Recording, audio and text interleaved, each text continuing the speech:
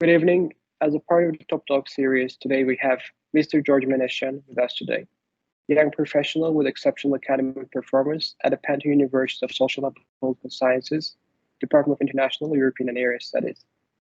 George Meneshian is also a researcher at the Washington Institute for Defense and Security, and he's a research coordinator at the Middle East Research Group at the Institute of International Relations located in Athens, Greece. Mr. Meneshian is an international relations consultant to the Member of Parliament of the Hellenic Parliament, and he holds a Master's of Letters on Middle East, Caucasus, Central Asia Security Studies from the University of St. Andrews. And he's a co-author of the following books: Greek-Albanian Relations, Problems and Perspectives, 200 Years Since the Revolution of 1821, and EU Diplomacy, Fit for the Future. And I'm Shujaat Ahmadzada, Research Fellow at the Topchubashov Center. And today we're going to talk with Mr. Meneshian on the future of Armenia-Azerbaijan relations and the peace talks. Thank you for joining us today, Mr. Meneshian. Thank you so much for your invitation. Thank you. And starting with the first question, Mr. Meneshian, as you may know, since the end of the Second Karabakh War, the relations between Armenia and Azerbaijan have been very dynamic, both in a positive way and in a negative sense. The military confrontations on the border have intensified, with the most severe being September 2022. As for the positive aspects, the both states have declared that they are willing to sign a peace deal before the end of the year. You know, at such a difficult moment, how would you evaluate the current state of affairs between Armenia and Azerbaijan? Well, first of all, let me tell you that no one doubts that this is a historic opportunity for Armenia and Azerbaijan to achieve a peaceful settlement of their conflict. I mean, even the leadership in the two countries do not doubt. However, despite this historic opportunity, we have some obstacles and some negative developments between the two countries, and some different points of views, of course, that they would actually pose a threat to peace between the two countries and in the South Caucasus in general. First of all, we can see, the different rhetoric from the two leaderships. Before the war, before the 2020 war, we saw a more like confident Armenia. Even in Armenia, which, if I remember correctly, Nicole Pashinyan was talking about the Treaty of Serbs. We had, a different Armenian perspective regarding, the conflict. And Azerbaijan was not willing to have a conversation, have a discussion with Armenian officials, Azerbaijani officials, because we had, the problem with the occupation of the 7 districts surrounding Nagorno-Karabakh and of Nagorno-Karabakh, of course, and some other problems. However, following the war, the 44-day war, we saw that this changed. We saw that Armenia was ready to compromise and to sit to the table and have a discussion in order to find a solution for the bilateral issues. And we saw that Azerbaijan as well, now that it has the upper hand after the victory in the 2020 war, also was ready to start negotiations in order to normalize relations with Armenia, to seize the embargo, the blockade, and to resolve the bilateral issues. However, we have a great problem here. The two sides cannot agree on the bilateral issues because, according to Yerevan, Nagorno-Karabakh continues being a bilateral issue. Let's not remember that Nagorno-Karabakh was the issue that led to war in the first place in the early 1990s, even before the independence of the two countries.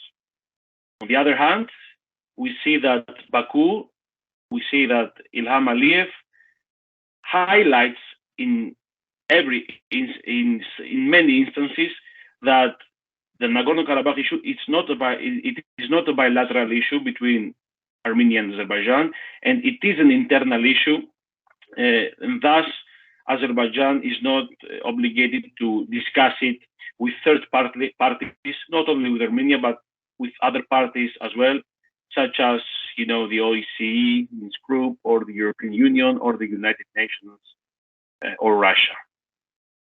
So I totally agree with you, and I think that everyone agrees that there is a new dynamic, but there are many problems. And when we have like military confrontation between the two sides, and we have occupation of new territory, I mean, following the incursion of Azerbaijani troops into Armenian territory in May 2021, in November 2021, and in September 2022. This makes it very difficult for the two sides to agree on a formula that will finally lead to final settlement, a permanent settlement of the bilateral issues. So I think that the Nagorno-Karabakh issue is the main obstacle, but it's not the only obstacle. Now, the two sides agree that there is a need for a demarcation of their border. This is actually very good. We saw a commission created under the umbrella of the Armenia-Russia-Azerbaijan triangle, and this commission is trying to resolve this issue. We see that both sides are ready to sign a treaty that recognizes the territorial integrity of each other, which is also very important. And actually, this is a huge compromise from the part by Armenia, because everybody knows how the Armenian public and the Armenian diaspora feel about Nagorno-Karabakh. However, the Armenian government is ready to sign a peace treaty or an agreement that highlights the intention of the two sides to accept the borders of each other. But this is just in theory, because in fact we see that de facto there is no actual recognition of the territorial integrity from both sides. From the Armenian side, we see that Armenia continues to de facto recognizing the de facto republic in Nagorno-Karabakh, in Mountainous Karabakh. On the other side, we see that Azerbaijani troops have penetrated Armenian territory. So, theoretically, both sides are ready to accept the territorial integrity of each other, as the Sochi agreement also proves. But, if we see developments on the ground, de facto, we have many problems regarding the acceptance of the territorial integrity of each other. Another enormous issue is the corridor issue in southern Armenia. So according to the trilateral statement of the 9th of November of 2020, which actually ended the Second Karabakh War, Armenia was about to open a road in order to connect the Autonomous Republic of Nakhichevan, which is an entity or a sovereign entity of Azerbaijan, with Azerbaijan proper, with the western parts of Azerbaijan. And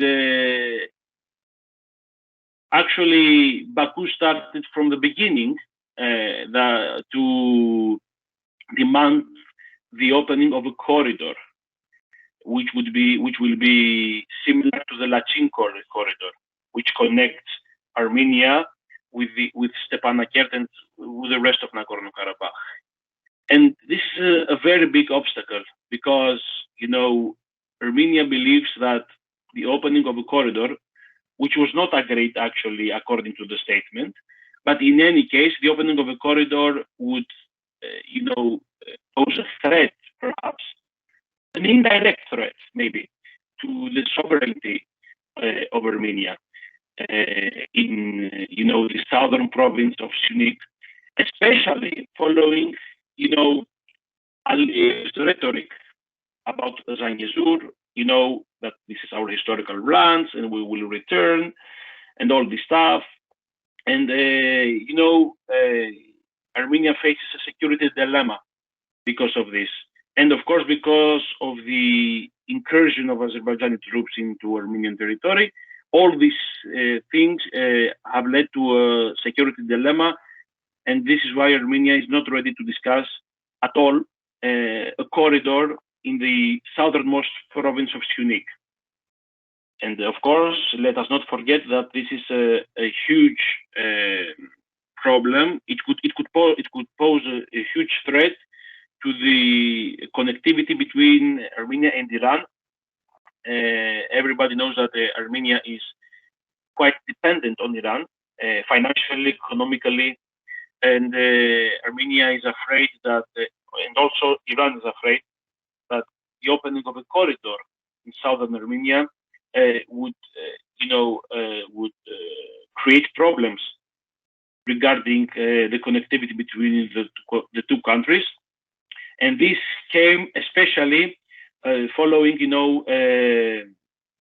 many incidents in 2021 when Azerbaijan stopped Iranian vehicles in the highway which passes through Azerbaijani territory that connects Iran with Yerevan, because Azerbaijanis believed back then that those vehicles, those trucks, were heading to Nagorno-Karabakh, and this was unacceptable for Azerbaijanis, although there was not any proof that was indicating that these trucks were actually going to Nagorno-Karabakh and not to another Armenian city, to another city within the Republic of Armenia. In any case, I think that some problems, could be resolved with the mediation from, especially from the West, because now Russia, following the invasion of Ukraine, is not ready, is not capable of, finding sustainable solutions, because Russia feels threatened that her presence in the Caucasus is at stake. So mediation from other countries and within international organizations,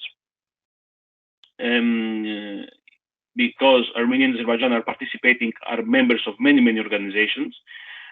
This would also help, to the finding of many solutions regarding some bilateral issues. To finish with your question,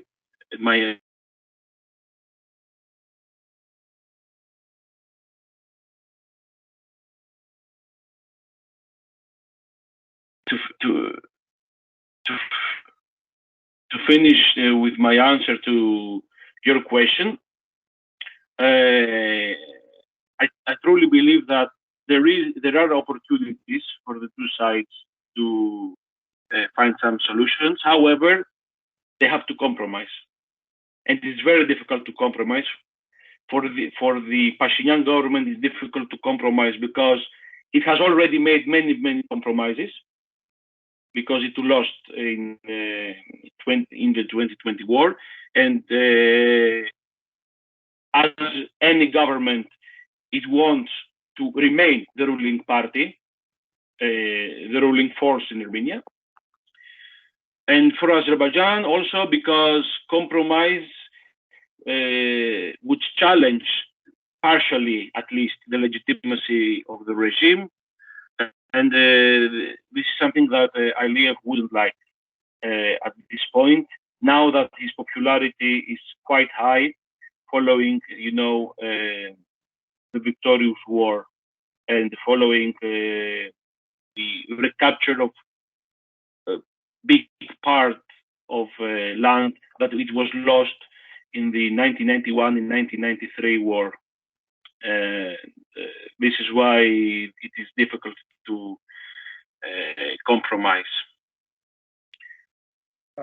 Thank you, George, for your detailed answer to our first question. And just recently, a few minutes ago, you talked about the mediation of the third parties in the settling the conflict between Armenia and Azerbaijan. Even though the conflict is between these two countries, it has always been on the agenda of external parties as well. And there's a general understanding in this part of the world that Russia has never been an honest broker between Armenia and Azerbaijan. And you have also criticized Russia for this role. How would you assess the role of Russia, not in terms of its incompetence stemming from the war in Ukraine, but rather its intentions and its vision towards the region, especially when it comes to the reconciliation between Armenia and Azerbaijan? Would you consider Russia an honest broker, or would you join the ones that saying that Russia is not an honest broker and it should be replaced with others because it has its own agenda where Armenia and Azerbaijan should lose to some extent, its sovereignty? Thank you for the question. So, in my point of view, I think that Russia actually cannot be an honest mediator for one reason, because Russia has very important interests in the Caucasus. And when you have like vital interests in the region, the first thing you do is just to serve your interests rather than finding solutions. So, in the post-Soviet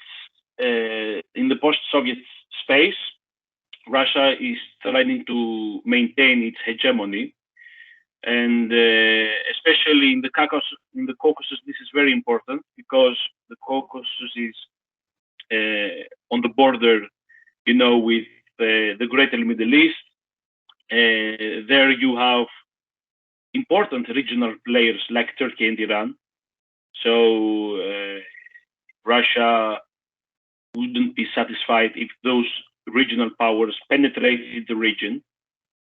And of course, we have European and American interest in the region for several reasons, be it energy, be it containment of Russia, being the democratic agenda of the West.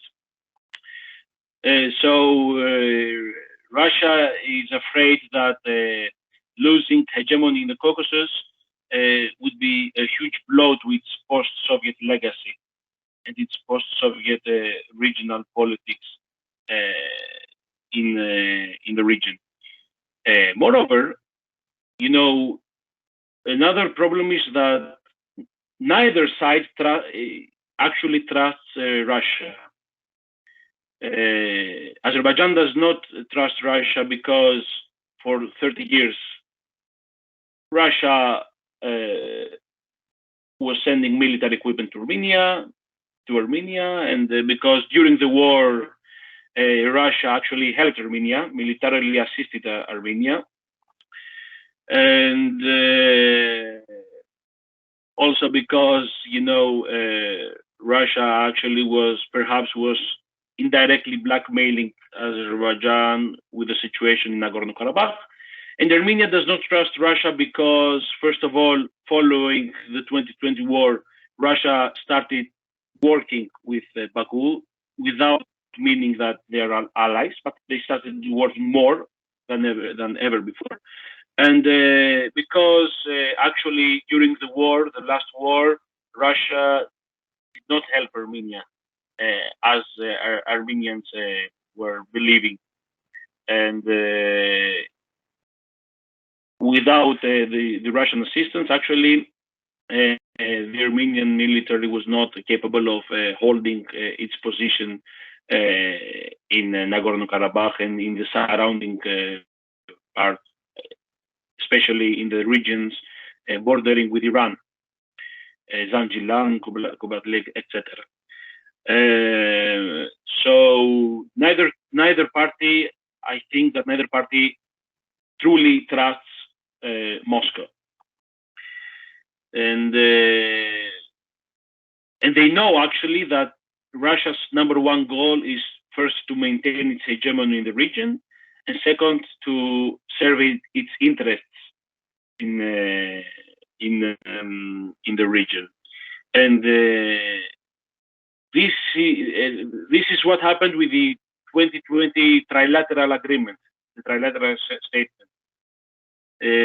Of course, Armenia was relieved because Stepanakert was not in peril because of the Russian peacekeeping contingent.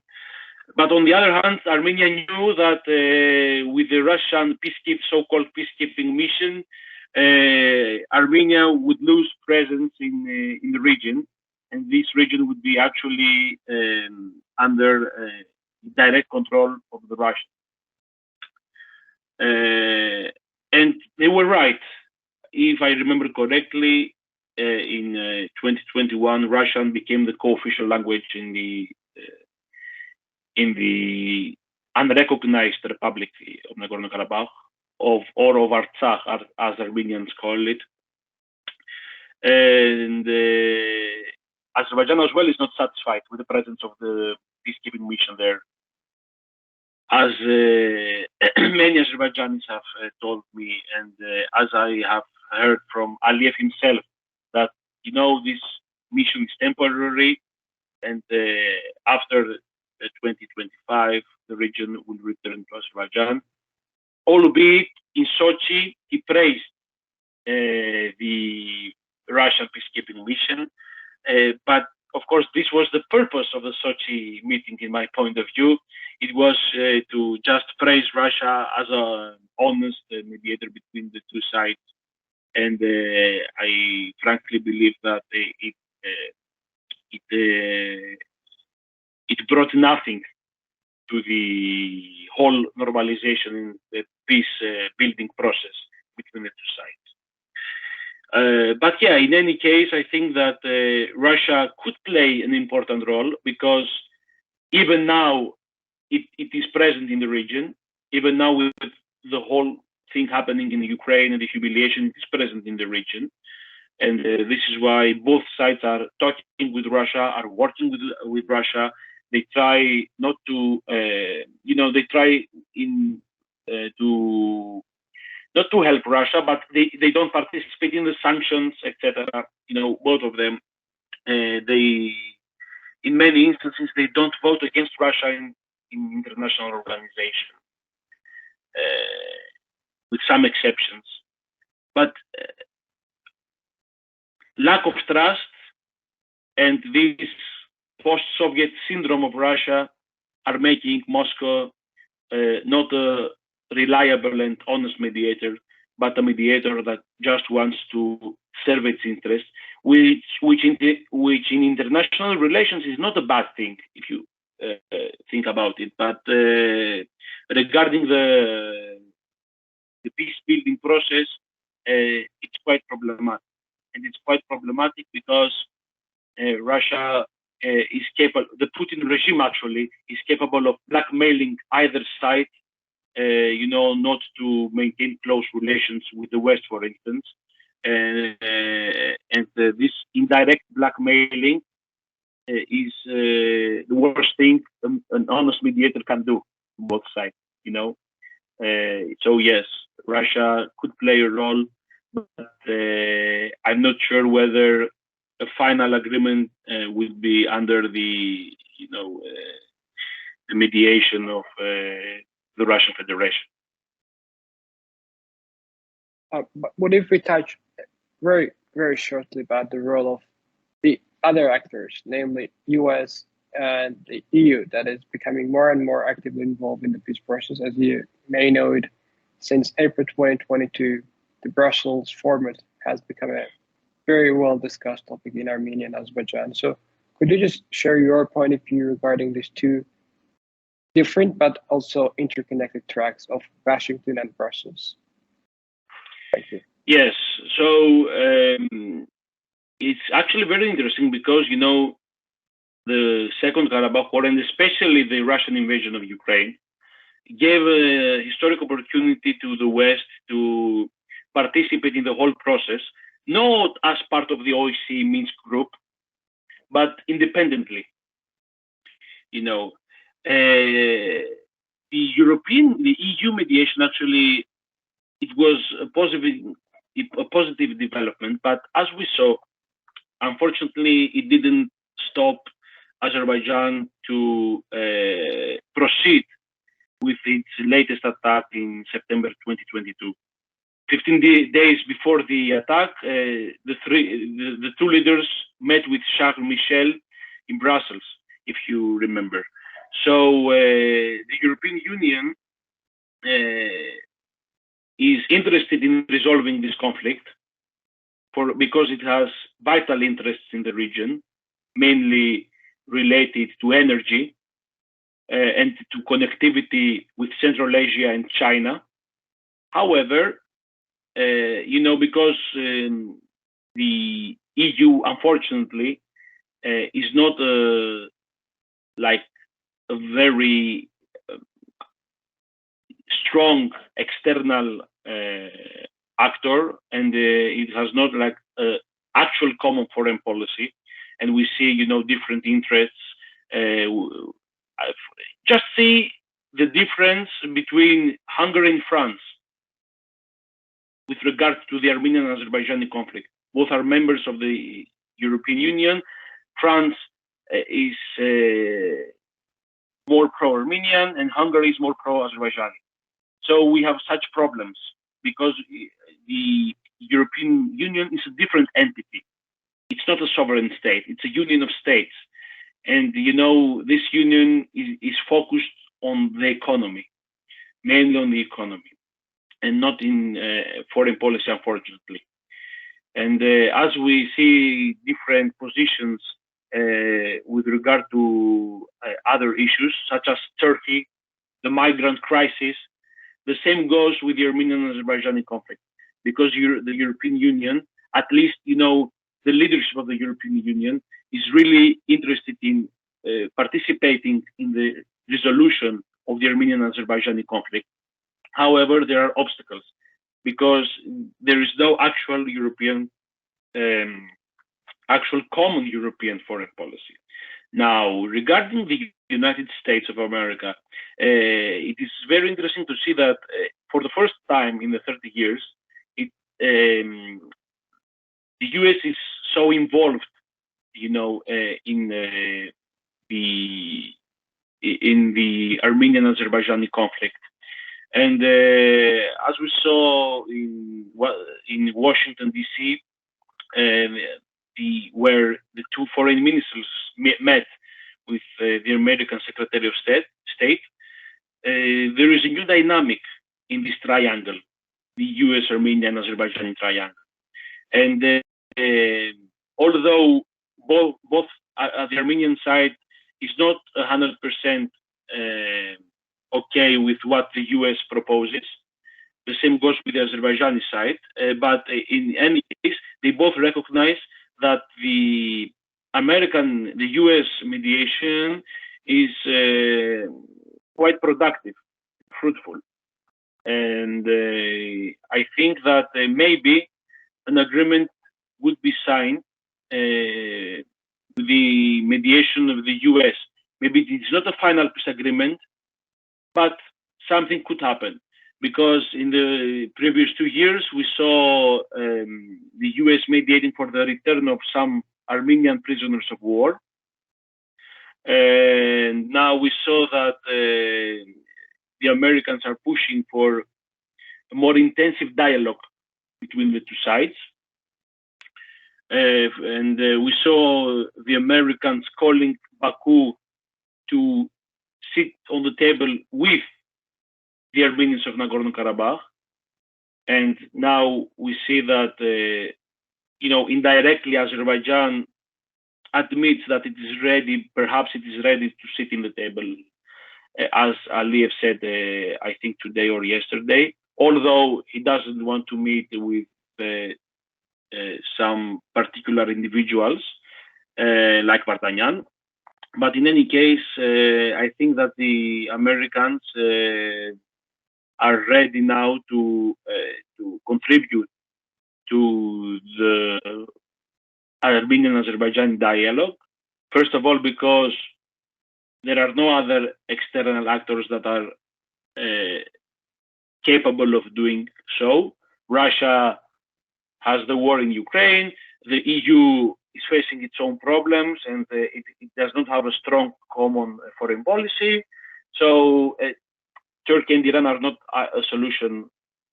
The OSCE Minsk group is inactive because Baku and Moscow don't want the continuation of the platform. So perhaps the US would be a more honest, mediator between the two sides. Although we don't know if the US is capable of pushing hard for a peace deal, for the signing of a peace deal between the two sides, because as I told you, the US has some leverage, and both sides are willing to work with the US for different reasons.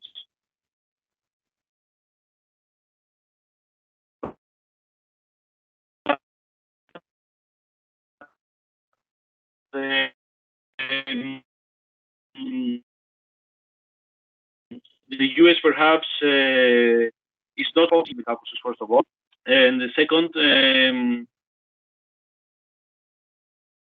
in the Nagorno-Karabakh issue, for instance. But it takes some stronger position with regard to the violation of sovereignty and territorial integrity in the region.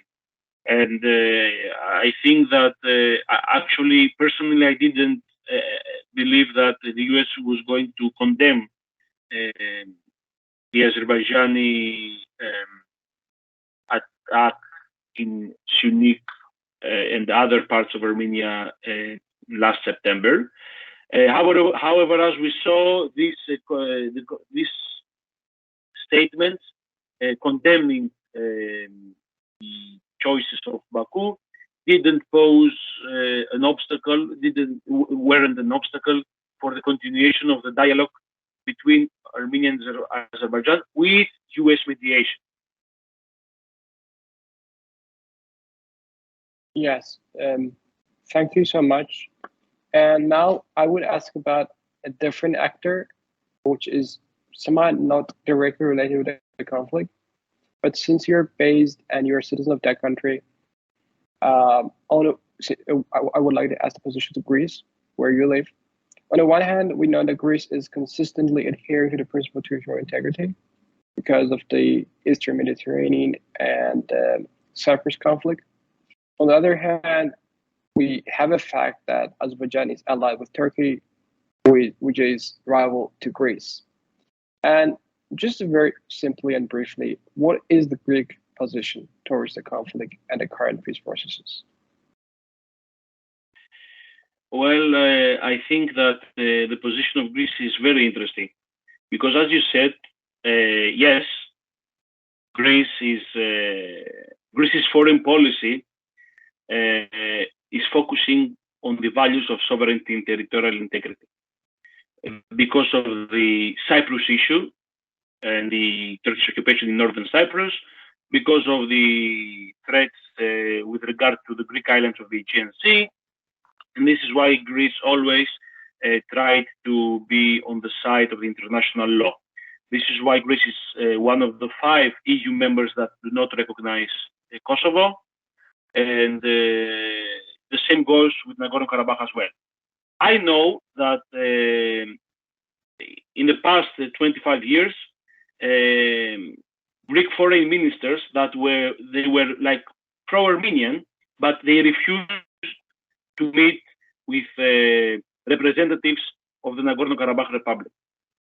For this reason, they refused because they believe that territorial integrity and sovereignty is very important.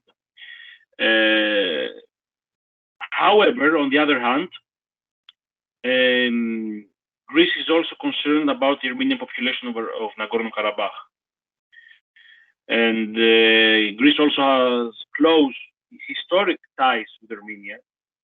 They have common collective memories from the early 20th century, and the massacres or deportation of populations in late Ottoman Empire, of Christian populations in late Ottoman Empire. And as you said, for Greece, Azerbaijan is a partner of Turkey, although in the last 8 years at least, maybe no, 10 years, Azerbaijan, it is considered to be a partner of the EU and Greece with regards to natural gas and alternative energy resources. So actually, right now I am conducting research and I'm writing a book on the Greek-Armenian relations over the 200 years, over the past 200 years, and I found an interesting book which was wrote by the first Greek ambassador to Armenia, and there I read that yes, we support you, and actually Greece supported Armenia during the first Karabakh War, the first Nagorno-Karabakh War, but we're going to maintain relations with Azerbaijan as well.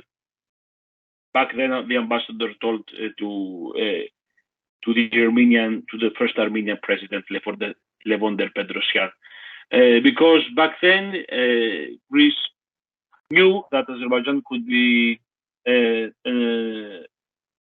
partner in the Caucasus with regard to energy. And but despite this partnership, we saw that Greece always supported indirectly Armenia. Don't forget that the Greek foreign minister was the only foreign minister that visited Yerevan during the 2020 war. And now we see that there is an upgrading partnership between Armenia and Greece and Cyprus. But I don't think that this would damage relations with Azerbaijan as well. Greece is interested in the resolving of the bilateral issues between Armenia and Azerbaijan. Greece wants to see the signing of a peace deal in the region. Greece never supported war, and they want it to be they want this peace, the final peace agreement, to be based on international law. And this is what the Greek foreign minister told to his Armenian counterpart when the latter visited Athens last June. But Greece does not approve some, policies of Azerbaijan, and especially regarding the Armenian population of Nagorno-Karabakh. They think that the Armenians there should have rights, and in June, the Greek foreign minister said that Greece supports the idea of sending a UNESCO finding team in territories recaptured by Azerbaijan in 2020 to see what is going on with Armenian monuments. And of course, Greece is one of the countries that backed Armenia with regard to the OSCE Minsk group. And Greece believes that the OSCE Minsk group shouldn't be dissolved, and that it would be a good platform for the continuation of dialogue between the two sides. And another important thing, which is related to what we discussed before, is that Greece is openly supporting the EU and American mediation, and I'm happy to see that the Greek government is not is having a clear position with regard to the Russian invasion of Ukraine, and this is one of the reasons that Greece prefers to see US and EU mediation between Armenia and Azerbaijan rather than Russian mediation. So the role of Greece is complicated because it maintains close ties with Armenia. On the other hand, it works with Azerbaijan. We have the TAP pipeline, which passes through northern Greece. We have the newly opened IGB pipeline, which connects Greece and Bulgaria, and Azerbaijani natural gas is running through these pipelines. And of course, we saw that the Greek ambassador visited last year Shushi, when many ambassadors visited, the town after an invitation by the Azerbaijani authorities, while other countries like France and the US refused to participate in this trip, but the Greek ambassador was present. So we see that the role of Greece is complicated. It supports Armenia, but it also supports territorial integrity. In the meantime, it supports the rights of the Armenians of Nagorno-Karabakh, and it wants to have relations with both Armenia and Azerbaijan towards a stable and peaceful South Caucasus, which will serve the European interests. Thank you for outlining Greek position on the conflict and the Armenia-Azerbaijani relations. And now moving to the last question of our series, our interview, which is about the diaspora. One may argue that the diaspora has nothing to do with the conflict, but we have the example of, let's say, Northern Ireland, where the Irish American community played sometimes positive and sometimes negative roles in the settlement of the conflict. And we have Armenian and Azerbaijani diaspora across the globe, especially in the European and the other Western countries, be it in the United States or Canada. Now I will ask you a question about Armenian diaspora, given you are a Greek citizen of Armenian origin. So the Armenian diaspora, though not homogeneous, it is not a one party, but it's an important factor which should be, in one way or another, taken into account and their interests. And here, how would you assess the role of diaspora, our diaspora, but mainly Armenian diaspora, in the settlement of the relations between Armenia and Azerbaijan? This is a very interesting topic, in my point of view. So we have to take under consideration some things. The first is that always the diaspora is more like patriotic and more nationalist than in hometown, in homeland. This is a fact, like in every major diaspora I know. The diaspora is more sensitive about national issues, and that's normal because they are away from homeland, and they believe that by having such a position, they support their homeland. And I'm not referring only to the Armenian diaspora. And the same goes with the Greek diaspora, with the Palestinian diaspora, with the Jewish diaspora, etc. So another thing that we have to take under consideration is that collective trauma and collective memory is very, very, very important for the Armenian diaspora. And actually, the Armenian diaspora wouldn't be a thing without this collective memory and collective trauma, because almost the entire diaspora communities worldwide were actually founded by survivors of the Armenian genocide. So when in the late 1980s there was ethnic violence in Soviet Armenia and Soviet Azerbaijan, the diaspora saw this violence. They they saw, the link between those events and the Armenian genocide. And unfortunately, the Azerbaijanis are considered to be Turks by many Armenians. They think that it's one nation. So you can see how the violence in the late 1980s, in the early 1990s, affected the stance of the Armenian diaspora towards the Nagorno-Karabakh conflict and the Azerbaijan conflict. And also, let's not forget that the Armenian diaspora is very connected to its history, and its history is about loss of land.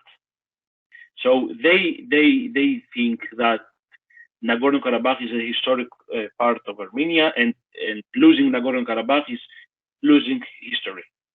So this is why we have to take under consideration the perspective of the Armenian diaspora, because it's important to understand that in diaspora communities, history, national myths, collective memory are very important.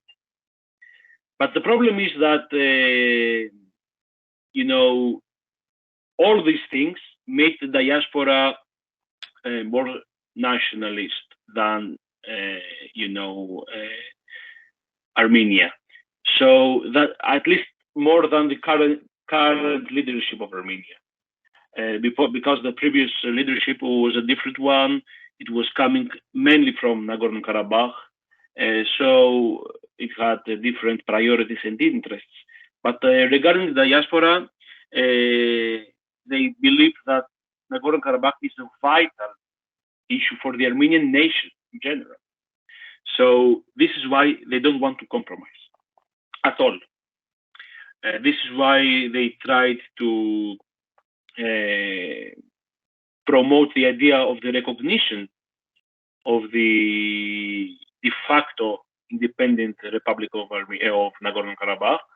They didn't achieve it, of course, although we saw a couple of US states recognizing Nagorno-Karabakh, for instance.